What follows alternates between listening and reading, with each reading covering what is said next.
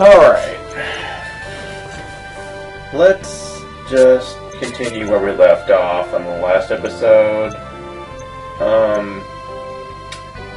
Right from the start, you'll probably notice that there's no blurriness in this video. And I think I know why. I think it has to do with the quality of the videos.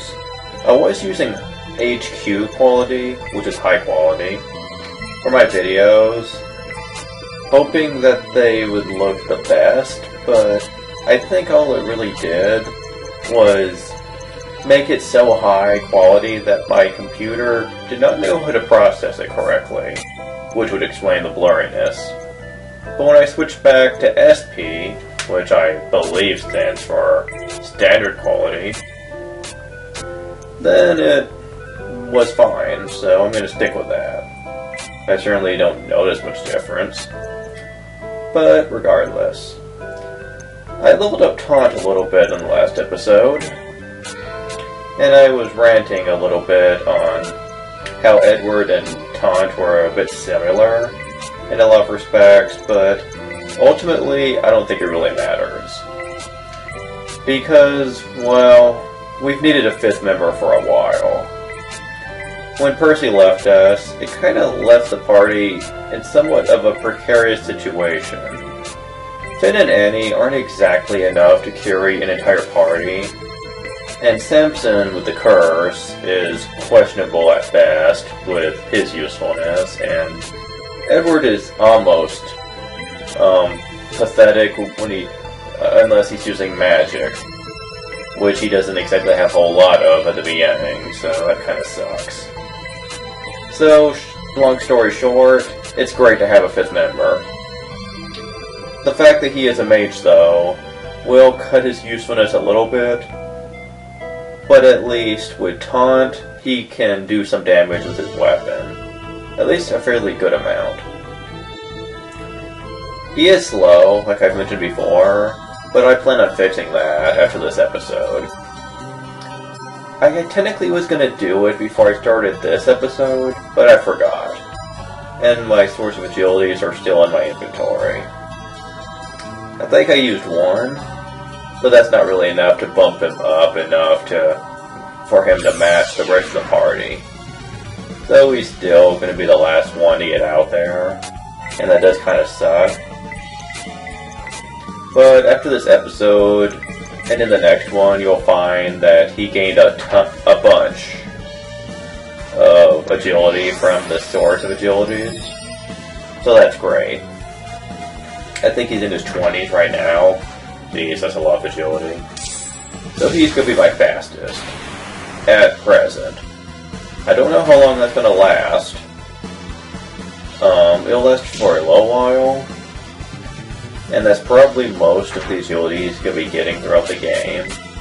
And my other party members will probably beat him in agility towards the middle of the game. But that's okay. The first half of the game is usually the hardest part of the game anyway, so no biggie. Let's see. Aside from that, in terms of gameplay, there's not much to talk about, though you did see an enemy use the War Amulet, which not only increases an enemy's defense and agility, but makes them spaz out and go into seizure mode. Huh, very weird that.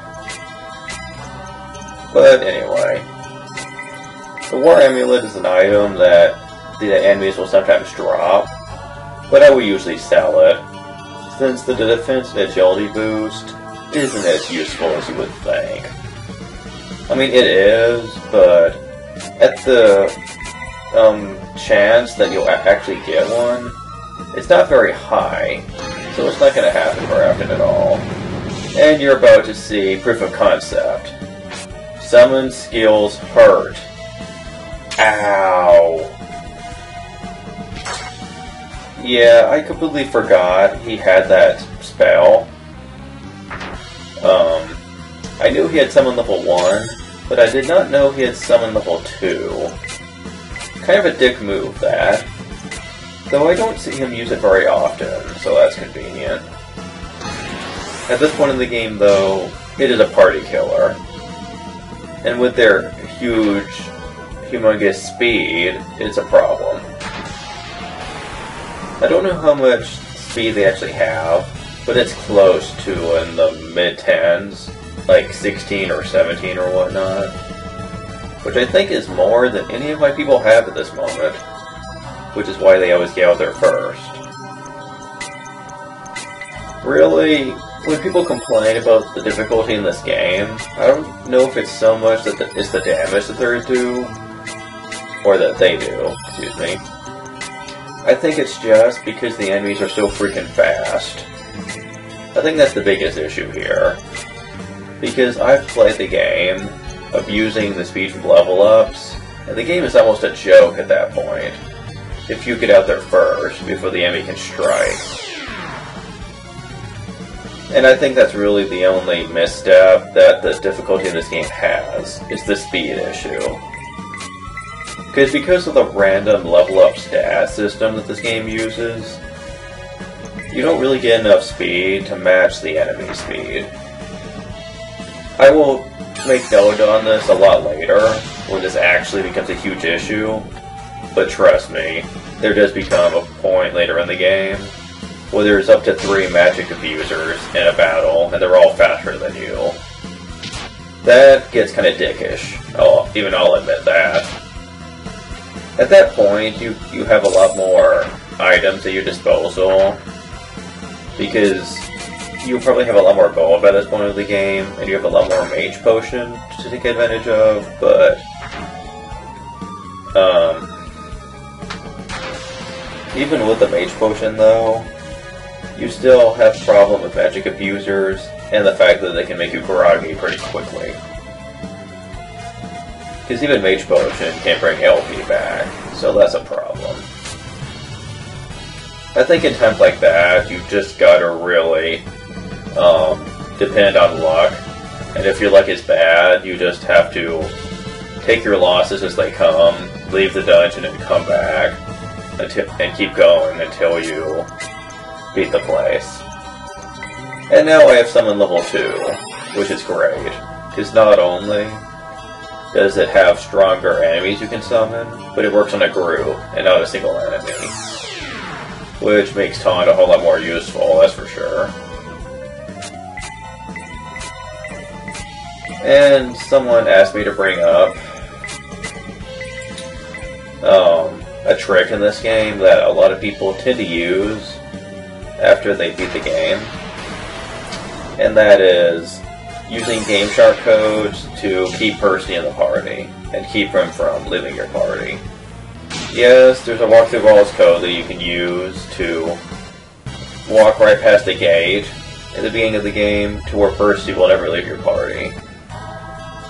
I guess it's because the switch doesn't activate unless he's, unless you press the switch already. However, there's a problem with this. You see, the developers made it pretty clear that Percy was going to leave the party, and as a result, there's no reason to make any data for him. What I mean by that is that even though you have him in your party, and you can level him up, and he's still pretty good, you can't get him any new equipment after that part of the game. At least, not until much later. When really strong equipment opens up. So he's gonna be kind of lackluster as a result. His no new weapons means his attack is almost always going to suck compared to everyone else. Even Edward outfights him pretty quickly. So having him in your party still doesn't help as much as you would think. And once you get Taunt, he's pretty much going to be kicked out anyway, because Taunt is a much better party member, both in stats and spell selection. Since, if you recall, Percy gets crap MP for levels. Oh, and if you're wondering why I'm not speeding this up, like I said I was going to do, ironically, it's just because it was kind of a short trip. I am at, what is this, 9:45? Yeah. Like, we're just getting to the 10-minute mark, I'm already out. So that didn't take that long. That, and I was expecting there to be a lot more fail than there was gonna be, because I didn't level up all that much, but I guess I lucked out going through the mountain that time. However, pretty soon I probably will have to speed up some parts of the game, because the next thing I'm going through is a bit of a doozy, and will take me quite a while to actually finish. Partially because I keep getting lost inside the next area. Ugh, yeah, I'm not looking forward to this at all. Well, I shouldn't say that. It is nice for experience and gold, I suppose. That's putting it bluntly. I'm going to be getting a lot of levels of gold in here, and that will be useful later. As a matter of fact, I'm going to try to get as much leveling early on as humanly possible. Because if this game isn't very nice about when you have to stay in one area and grind and grind and grind for experience and gold. So I try to get as much experience and gold while going through an area that I can. One thing that helps with this is that a lot of the dungeons in this game have gimmicks to them that they introduce that it starts out kind of annoying, but I think I know why they did it. I think they designed the dungeons in such a fashion that, how to word this right, with the intention of you getting lost, so that you would have that time to level up your people properly. And yeah, I know, it's kind of an annoying thing to deal with, but if this means that I don't have to grind in one area for very long to get a bunch of levels that I need, then no, I'm fine with it. At least I'm doing something while I'm getting experience. I'm not just moving back and forth in the same area, getting experience and gold. So, yeah, that's something to discuss. Also, this is the first part of Beyond the Beyond where the game doesn't flat out tell you your next destination, even from NPCs. They kind of give you subtle hints on where to go next, so they don't flat out say it. However, if you've been paying attention to a lot of the dialogue, people keep talking about the Tower of Arawn, and how it's been foretold that it'll come back during a time of great crisis. So, since we have nowhere else we know we can go to, I think the game kind of expects you to check that place out. I think it's very reminiscent of Dragon Quest III for the NES, Super NES, and Game Boy Color, where once you got the boat, people would sometimes give you subtle hints on different locations, but they didn't exactly tell you where you needed to go to progress the game exactly. And you just kind of had to go to different areas and different locations for the game to completely open up again. And I kind of appreciate that. I never did like it when games constantly just dragged you in one direction throughout the entire game. Final Fantasy does this a lot. It really takes away from the adventure part of the game. It just feels like you're playing Connect the Dots, essentially. This isn't always the case in Final Fantasy, but it is the case most of the time. And it really does feel artificial when the game does that a lot. So I appreciate it when games don't do that very often. And this game does do a pretty good job of balancing out where it tells you to go and when it leaves it up to you. You don't see a lot of it until much later, though, because I think the game, at this point, is trying to lure you into the direction you need to go so that you can get rid of Samson's curse. Yeah, there's a reason they put the curse in the game, but I don't think that they want you to deal with this forever. I mean, they understood how annoying this curse is, and they want it They want to get rid of it as soon as possible. So, you don't need to worry about that. The curse is really only in what I would consider the... if the Gift of Spirits was the first chapter of the game, and the section about Arawn was the second, the part with Zalagoon is the third, then getting rid of the curse would be the fourth. And that's kind of your goal at this point, is just to get rid of the curse. And it doesn't take all that long.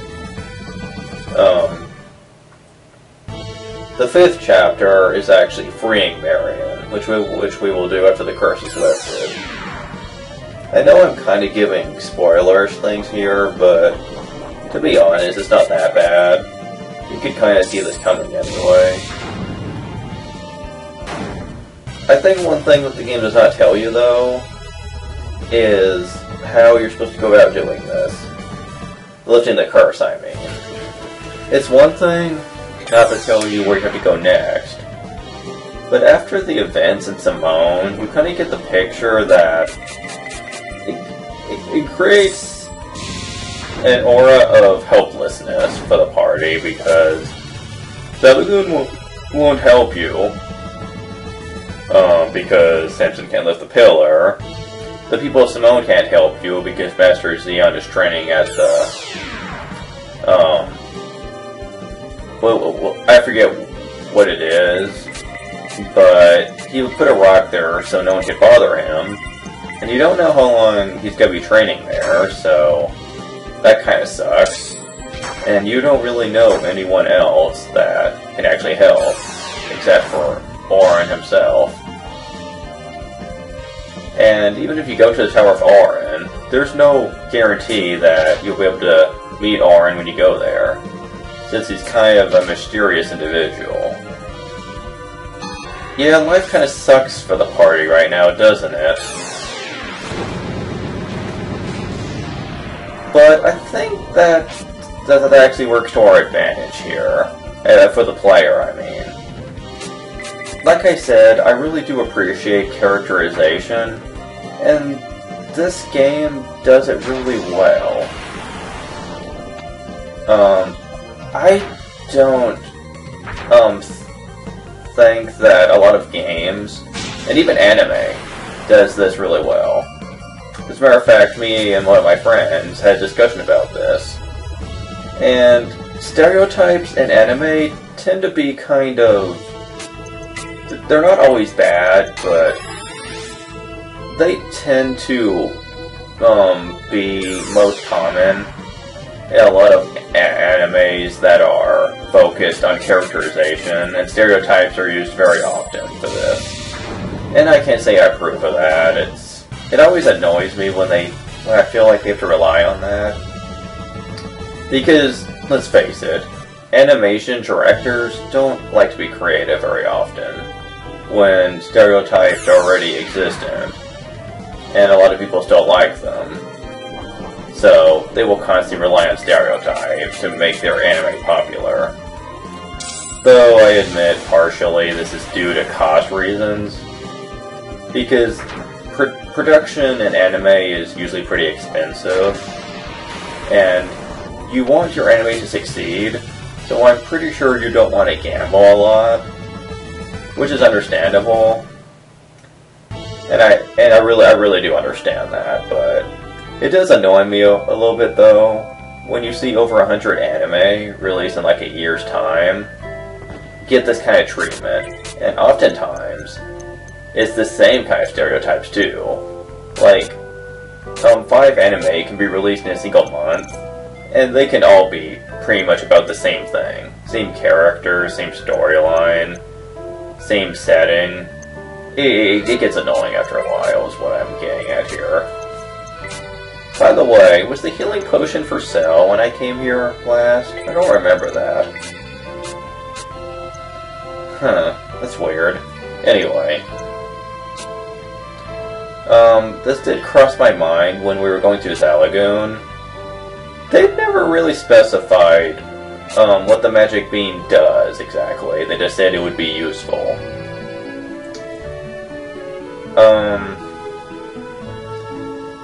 this does kind of go a little bit into what I'll get into later, but that seems kind of stupid. As a matter of fact, the magic bean currently doesn't do anything. So going back and seeing Sir Bison and the Queen is technically an optional event, at least for right now. For a lot of people it is, and I don't kind of like that. I kind of wish that they would have made sure that you had to do that to continue the game, because it just strikes me off as a little bit odd. I'll get back to the anime discussion in a second, but I'm about to go into our next area, and there's a lot of explaining I need to do for this area, so I'll put that on hold for a few minutes. I will say this. This is probably one of the first really dangerous areas a lot of new gamers get into. Simone Cave, fair enough, it is kind of annoying to go through, especially if Samson's being a jerk about the curse and all. However, this is the first dungeon that will really kick the living crap out of you. Mostly because it's a pretty long dungeon, and some of the enemies in here are kind of mean. And don't forget, Taunt is technically an optional character, so not everyone is going to come here with Taunt in their party, which would make things even harder. I stand by what I said when I think Taunt should have been required in order to continue the game when you get to a certain point. Because this game is just unfair without him. That, or just make it to where another character was available at this point. Also, this dungeon is available once you come to the desert. So, a lot of people will probably be a little curious and come here and get the crap beat out of them. Not only would you not have Taunt at this point, but you'd be at a considerably lower level too. So, it wouldn't take much for you to actually die in here. Especially since, if you haven't visited Luna yet, you wouldn't have a lot of advanced equipment too. People like Finn and Annie would probably be doing like 7 or 8. Samson would probably be doing 10, if he hits. And I don't know how much Edward would be doing. Probably nothing outside of magic. So, this game does have its problems. I'm not saying it's a perfect game. It does have its setbacks, but that's all the same. I don't think it really hurts the game. It's just one of those games that feels a little unbalanced at times. But then again, so were a lot of these early JRPGs. I mean, Dragon Quest and Final Fantasy turned out pretty good. But a lot of the early JRPGs tended to be kind of weird in how they were made, and in some cases they were unplayable.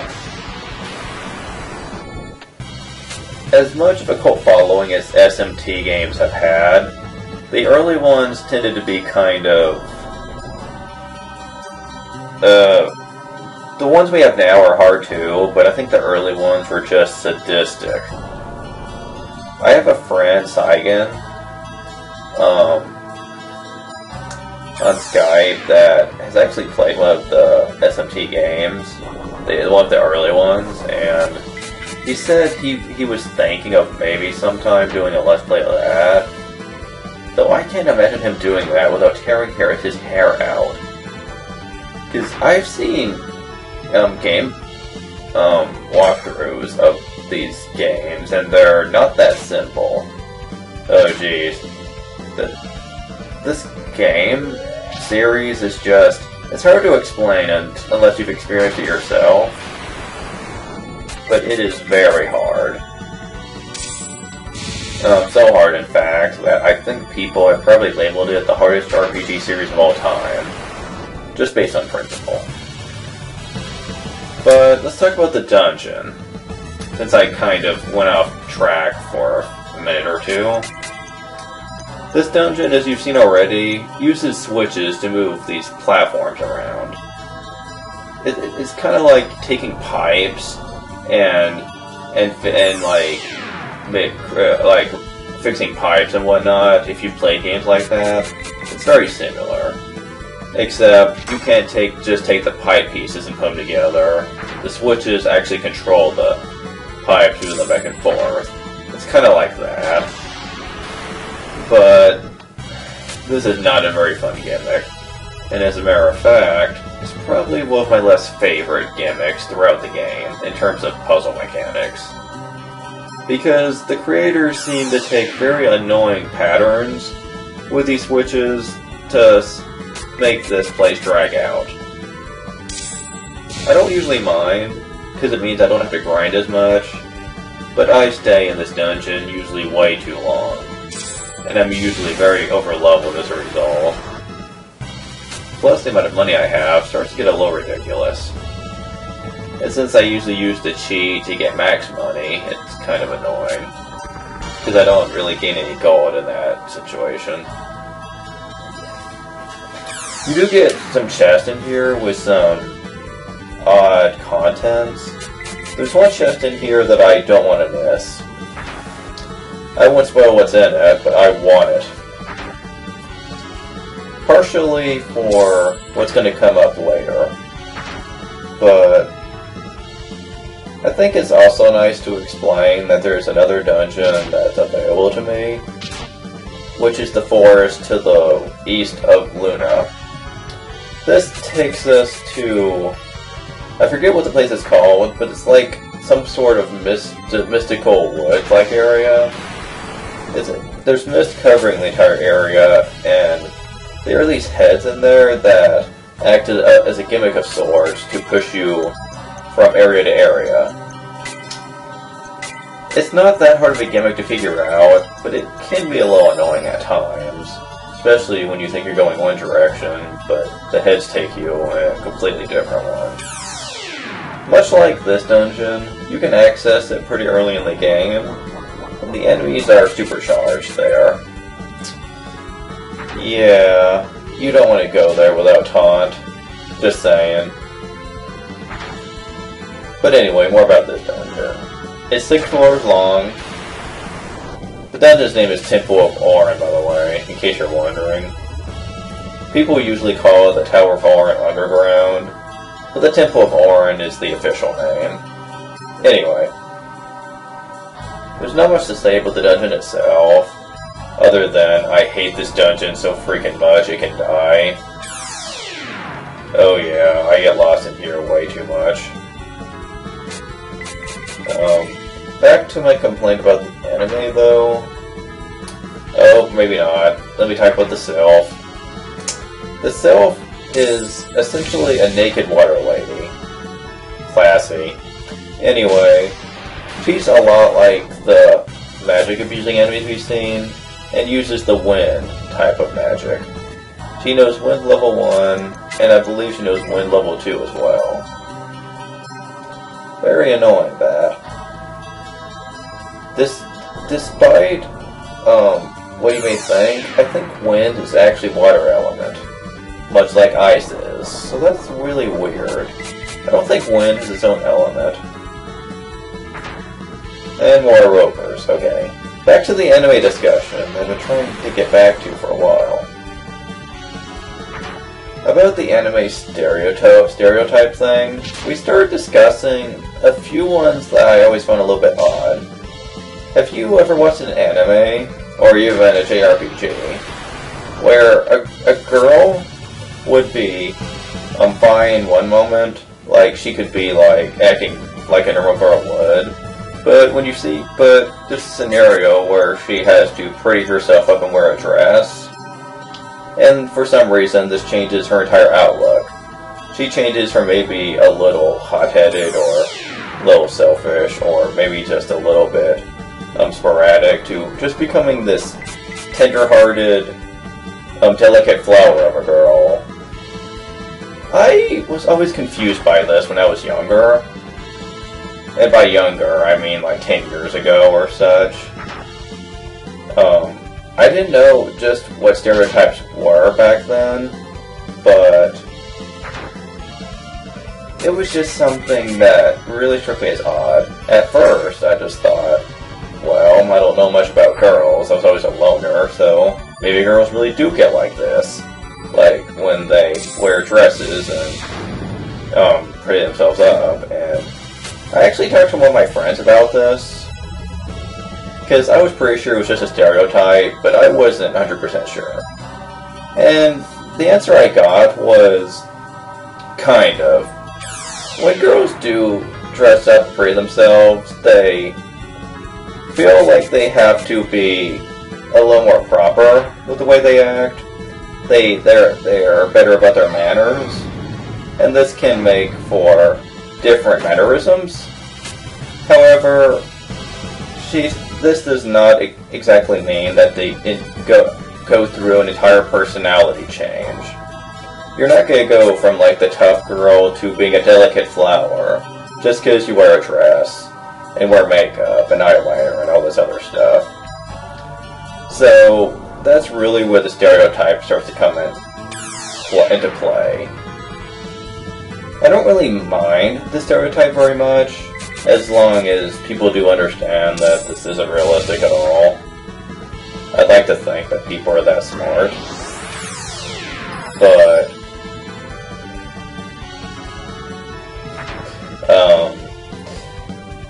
much like me, though, I wasn't sure. And I don't like to think anything unless I'm for sure that it's true. I'm like that a lot. And Annie is able to get out there before the summoner is awesome. But with a lot of my writing, I know that my friends are usually very open-minded, and I could get away with a lot. But I don't like that. I don't want to write something down in a fanfiction and just have it be incorrect. For one thing, I don't want people getting mad at me. And that's a problem with me with a lot of my ideas for fanfiction, is I feel like some of my ideas are kind of odd, and in some cases downright incorrect. So I do try to do research on what I write down, just to make sure it is correct. Or ask my friends, since they're usually very knowledgeable. So far, though, I haven't gotten any real complaints, aside of that one very annoying girl. So, that's great. There are a couple other things that I find kind of annoying, too. Like, there are instances where, in anime, where I just kind of feel like that women are kind of underplayed a lot, in most cases. This isn't something you see all the time, mind you, but and there are animes that do treat them fairly, but there are also animes that really treat women, and this is true for a lot of anime nowadays, that it's all about their looks, and specifically, like, they're written to act like, to be very simple people. I don't know any examples off the top of my head, but I know fan service has been a big part of anime for like the last 4 or 5 years, probably further back than even that. And even when fan service isn't involved, women act like to be... I'd like to say that they act... It's like almost like they act very pretty. If you don't know what that means, essentially, like, they act purely based on their emotions. And a lot of the time, when I say emotions, I don't mean them getting, like, angry and upset or anything. I mean, they act very happy all the time. And even when they are getting angry, they're usually having fun while they're doing it. I really hate this because, when this happens, in anime, it kind of paints off these women like they're too simplistic with the way they act. And yeah, I know, this is probably also technically a stereotype of sorts, so I shouldn't complain too much. but it does bother me a bit. And I'm not expecting all animes to have women that act realistically. I wouldn't exactly ask that, mind you. But come on, some of these, like, mannerisms that I see these anime characters act is just so simple and plain. They're not very interesting, is what I'm getting at here. And, ooh, I learned Escape. Yes, Escape is awesome. Sorry if I keep breaking off my current discussion to talk about the game, but sometimes interesting things happen, and I want to comment on it. This is really why I should script out a lot of the stuff I say, but to be honest, I really don't like scripting things out a lot, because I've tried it, and to be honest, people, it really doesn't feel like this is it's me talking when I'm reading from a script. I know some people can read from a script and make it sound really genuine, and I give them credit for doing that, because that must be hard as crap to actually do. But I just can't do that very well. Like the one episode I did try to do that when I did it, and I heard myself saying those lines. It just sounded so pretentious. But Taunt just got a spell Fire Drake. This needs to be explained a little bit more. Taunt essentially not only gets Summon level 2 and Summon level 3 and 4, but he gets the ability to summon magical beasts of different elements. And he gets one for each one. Each element, I mean. The first up is Fire Drake, which I think was supposed to be translated Fire Snake, because it looks more like a fire snake. But it is one of Taunt's first magical beast summons. It's the cheapest, and it is powerful. Very powerful. Let's see how to explain this. It does about 20 damage to all enemies, and it's fire-based, so if enemies are weak to fire, it will do even more than that. I think it will even do more than 20 on occasion, but 20 is like the standard amount of damage it will do. It's very powerful.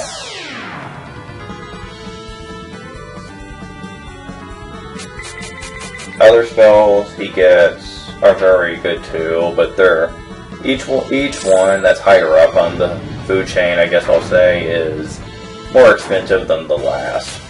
So you'll see me using Fire Drake a lot throughout the game, just because it preserves an MP cost. At least until I start getting a lot of Mage Potion, so that will help a lot too. Now, I've heard people talk a lot about video games, the old ones, and when I say that, I mean a lot of people talk about them, and I suppose it's fair. Like, some of the things they say about them, like, they're really hard, and, you know, it takes a lot of time to beat them, and in some cases they say it's just impossible. But I'm one of those types of gamers that always said, yeah, the games are harder, but I kind of preferred it that way.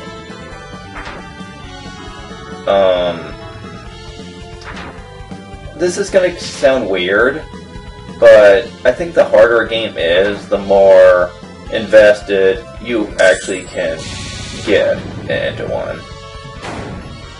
Now, I actually liked it in a lot of the older games when they didn't really waste your time with a lot of opening introductions or anything when you played a game. You would stick the game in and it would almost start immediately. I think that's my biggest complaint with a lot of the non-Nintendo consoles, is that they spend way too much freaking time with the stupid introduction. With Sony, it brings up the Sony logo, and then Actually, I think you always have two Sony logos, which I always think is stupid. And then it actually loads the game. With Xbox, I can't really remember all that much about what Xbox shows, but I believe Xbox does something similar, and I always hated that. Sure, it looks interesting the first few times, but the novelty grows old pretty fast. And I really think that they should have gotten rid of it in the future consoles, but they never did, since it did get kind of annoying. And now let's see what Fire Drake is like, since I've yet to actually test it. I do kind of like the design for the Sylph in this game, since it's a kind of an interesting design and fits the game pretty well. However, there are better ones out there. Oh yeah. Burnt to a crisp. This is what I was talking about when I said that Taunt is freaking awesome. Because he just is. And he stays this way throughout the rest of the game, too.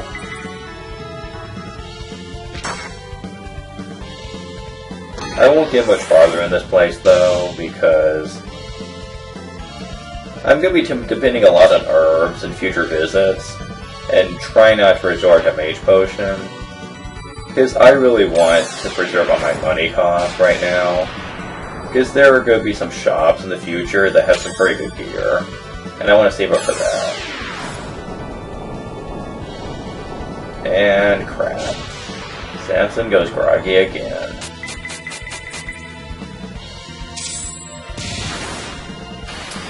Yep, those two go down. I probably could have saved those for Fire Drake, but oh well. I wasn't thinking about that. Then again, the Rovers probably would have went before Taunt, so maybe I did the right thing, I don't know. Anyways, back to what I was talking about with the Nintendo games. I also liked it when games did not... I don't like to use the term treat you like you're an idiot, because I don't think that's really true. But I don't think they give us enough credit, though. A lot of games these days tend to have tutorials that tell you what all the controls are for a game. Kind of like an in-game version of an instruction manual. But to be fair, I never liked instruction manuals, and I never used them when I played my old NES games. Partially because there was reading involved, and who wants to read when you're like 7 or 8 years old about how to play a game? You're all hyper and everything. You just want to experiment and play it on your own. And that's kind of even how I feel now. I don't want these games telling me how to play a game. I want to just experience it for myself. And I've always felt that way. And it always annoys me when these stupid... I know Ego Raptor's already covered this in one of his sequelitis videos, but it is so annoying to have to deal with these stupid tutorials when you sit down to play a game, especially on the old demo discs. Every time you try to play a demo, they wasted time showing you the stupid tutorial menu, and you couldn't skip it either. The game loaded while the tutorial is up, so you are kind of screwed over in that regard. Also, I think the other NES games and whatnot were also pretty hard, but understandably so. As a matter of fact, controls were actually made harder in the game, just so you'd have to try a little harder to beat it. Bard versus the Space Mutants, E.T. for the 2600, you know, games like that had parts into the game to where the game was statistically hard to play. But in some cases, this was actually to the game's advantage. The harder it is to play a game, the more you have to try in order to get good at it. And by doing so, you are essentially encouraging the player to get better at what they're doing. And I appreciate that. Kinda reminds me of when RPGs it took a while to actually level up and get gold to buy weapons and armor and to become strong. And I appreciated that a lot because it actually taught you that you had to work hard in order to accomplish something. And I love that about the early NES games. All the games were like this to an extent. When you first played them, it took you a while before you could master them, and I like that. Now, other games that they make nowadays usually aren't like that. They're usually very simple to understand, and it probably doesn't take you more than like a day or two before you master how the game operates. Heck, the most trouble I have with a game nowadays is if a game has either very cheap difficulty that's added to it, or if there's a boss or something that I have to memorize his attacks and how to deal with it. I mean, that's usually it too. Aside from that, the games don't really have all that much difficulty to them. I kind of blame this for the game doing the 3D, because when you delve into the 3D realm, it's a bit more difficult to actually add difficulty to the games. So, that's one problem, and I think that's why I'm more encouraged to play a 2D game made nowadays than a 3D one. Because at least then I have a better chance of finding a game that's, you know, a little harder, and won't take me like 2 days to beat. And yeah, some people are probably going, oh, you just hate 3D games because, you know, they're not retro, and you obviously grew up in retro games. That's not true. If that were true, then I probably wouldn't have half the collection I have, since a lot of those are 3D games. And I do play them, even though I practically mastered all of them, so it's not like I have to use very much effort. But there are a lot of different types of games out there.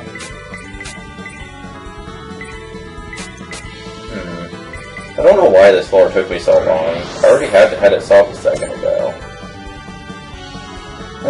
Isn't that just the way to go? But I just now realized I spent almost this entire video ranting about several different subjects, and I always move from one subject to the next. By the way, when it says it cast a curse, no, it's not. That's not what it said. It said a petrifying stare. What it essentially means is that it turns you to stone. I don't know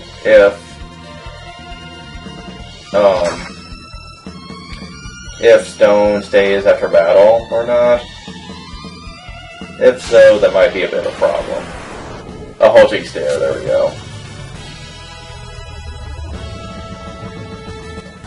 I have yet to be hit with stone in this playthrough, so we'll have to see about that. But we'll have to see. Just, I don't remember.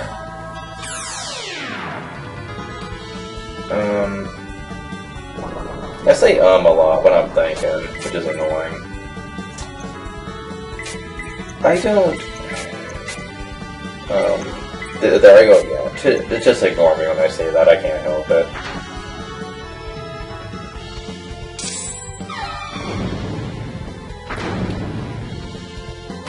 Oh, by the way, I know I've been so lax about uploading these videos. I know it.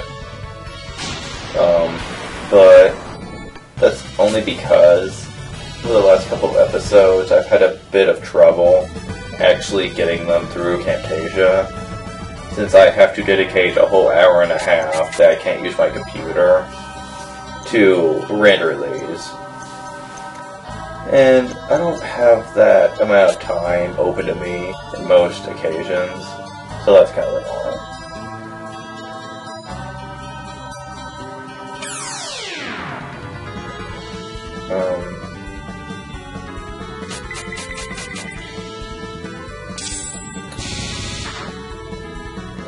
To be perfectly honest, in this playthrough, I've just noticed that Taunt is actually getting some reasonable amount of speed from his levels, for some reason.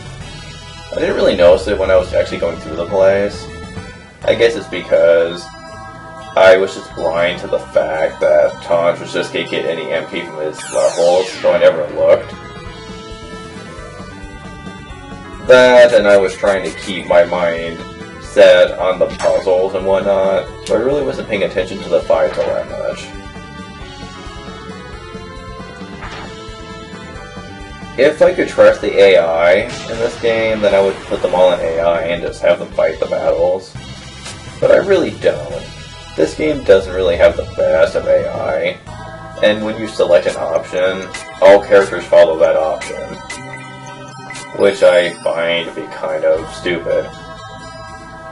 Because of all the different roles in this game, you can't exactly put them all in one role and have them all to follow it very well.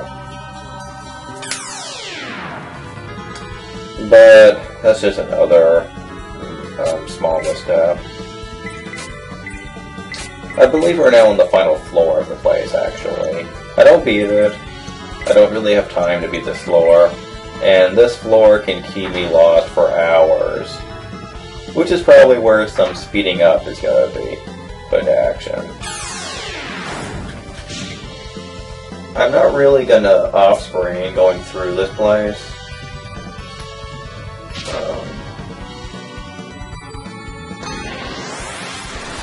Because I don't want anyone to miss out on the full experience. On the other hand, this place can get pretty tough. Great, Simpson, you just couldn't kill one of them, could you? When level 2, you suck. And that's one reason I have to leave, is because Samson's about to die again. I don't want to keep spending 300 gold to bring him back to life. Not to worry though, the curse won't be on him for much longer of the game. So that will help a ton.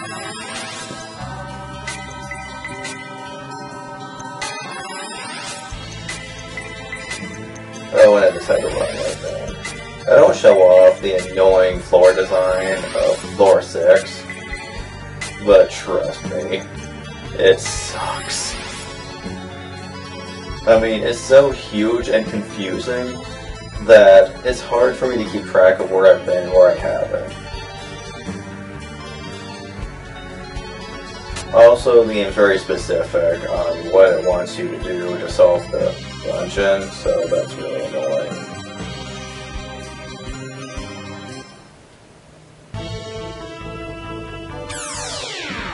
Anyway, this is probably going to be all for this episode. I really hope my rants about different subjects annoys you, because when I'm talking about this game and going through an area that's not exactly that interesting to talk about, that's usually what happens. It's very annoying. Things will get a lot more interesting though once I'm actually done with this dungeon, because I will have a lot to talk about at that point. It is worth noting that the next place I actually have to go to after this is probably one of my favorite parts of the game. And for any of you who have actually played the game, you will know what I'm talking about right away. It is a very fun part of the game.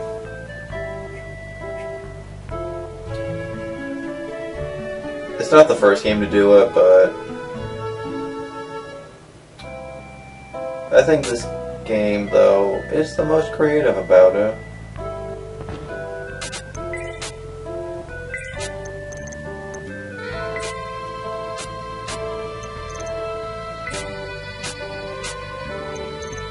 But like I said, I might resort to speeding up the footage for this dungeon if it takes too long to go through. I sell the dragon card and the smoke bomb here. I also never got that chest back in Simone Village, in the giant tree, so I'll have to go back for that one of these days. It probably won't be till much later in the game though, Because I don't want to travel all that way just for one stupid chest. But I have 9,000 gold now. That's a lot. Heck, it's more than enough to buy the new equipment at the next town. And I'll probably still have a lot of gold left.